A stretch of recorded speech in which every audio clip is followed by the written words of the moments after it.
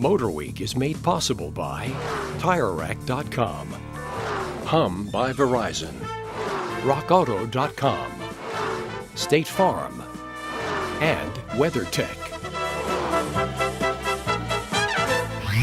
Well, hello and welcome again to Motor Week 89. We're glad to have you with us.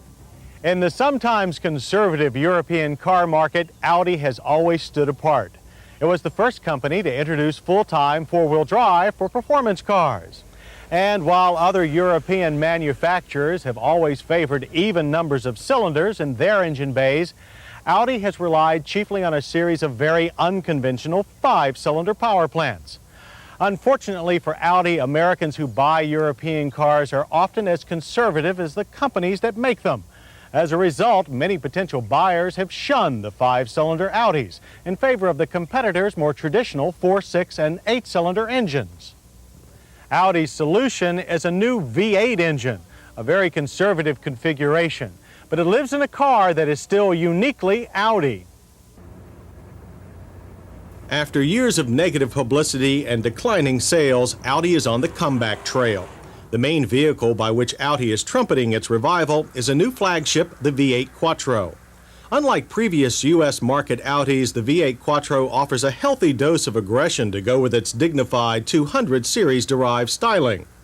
The wide, blunt nose and prominent grille, low-profile, high-performance tires, and flared wheel arches bring to mind the Sport Quattro of the early 80s. A fearsome five-cylinder, 300-horsepower supercar that never made it onto American roads. But the reality behind the looks is a bit different. This new Audi has 8 cylinders arranged in a V configuration. And while it doesn't pump out the earth-shattering power of the Sport Quattro, its 240 horsepower and 245 pound-feet of torque is nothing to sneeze at. Audi's V8 is superbly engineered. 32 valves, 4 overhead cams, and a lightweight 62-pound aluminum block have been sculpted into one of the cleanest, most visually appealing engines ever delivered in a passenger car. Audi's first modern V8 is connected to another first. The first automatic transmission successfully mated to the famed Quattro all-wheel drive system. The 4-speed automatic features 3 different shift settings, an efficiency setting for economy, a more aggressive sport mode, and a manual shift setting for slippery conditions. Locked into sport mode, the V8 Quattro launches cleanly off the line. There's little tire squeal thanks to the Quattro system's immediate traction. But it takes 9.7 seconds to reach 60 miles per hour. The quarter mile ends in 17 seconds at 86, both slower than we'd expect from a V8.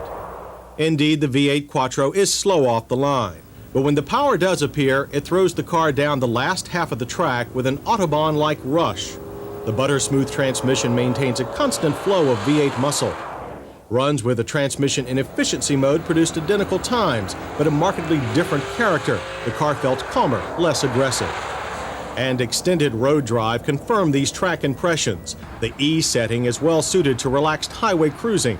A low 65 decibel interior sound level contributes to the car's easygoing feel. We like the smooth, solid German ride, but not the EPA mileage ratings of 14 city, 18 highway. We got 18 miles per gallon. Sooner or later, the highway ends and the road gets twisty.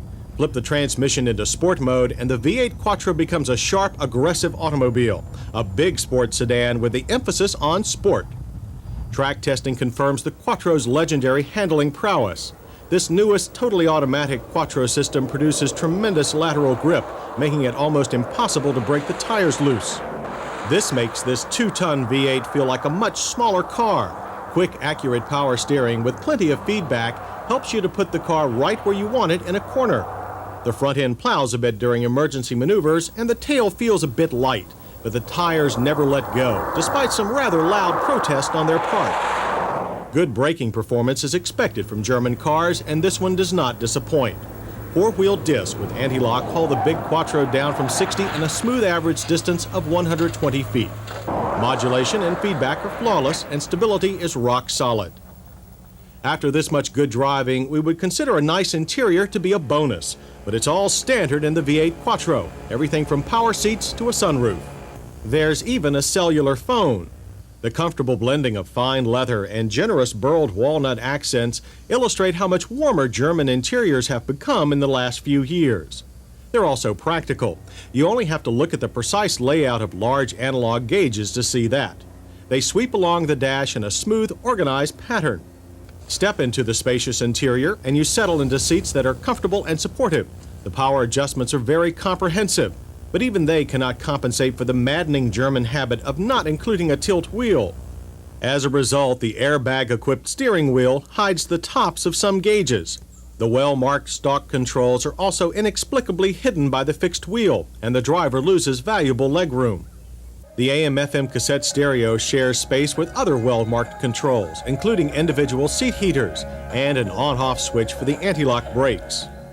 Foolproof automatic climate controls keep the interior at optimum driving temperature.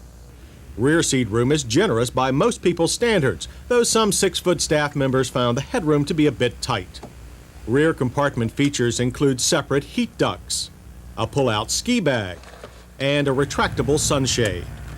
Trunk space is also generous, with our test car easily swallowing a full set of luggage. And now the answer to the question that you've all been asking: how much? Including a $1,050 gas guzzler tax, the Audi V8 Quattro cost a healthy $48,500. High as that is, it's still less than the price of a BMW 735i. Both cars offer superb performance, but the BMW has better rear seat headroom, and its superior reputation means better resale value. Though Audi's unique 3-year warranty, which covers all regular maintenance charges, may soon change that.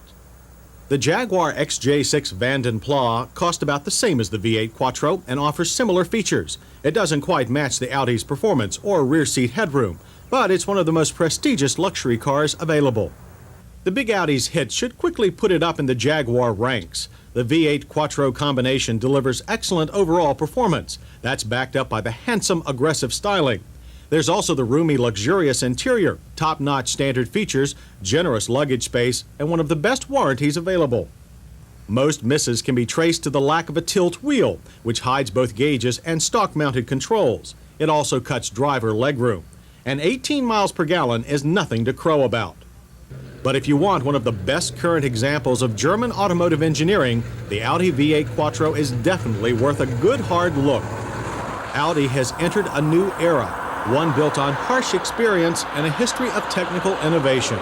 Audi is back in the U.S., and with products like the V8 Quattro, clearly back to stay.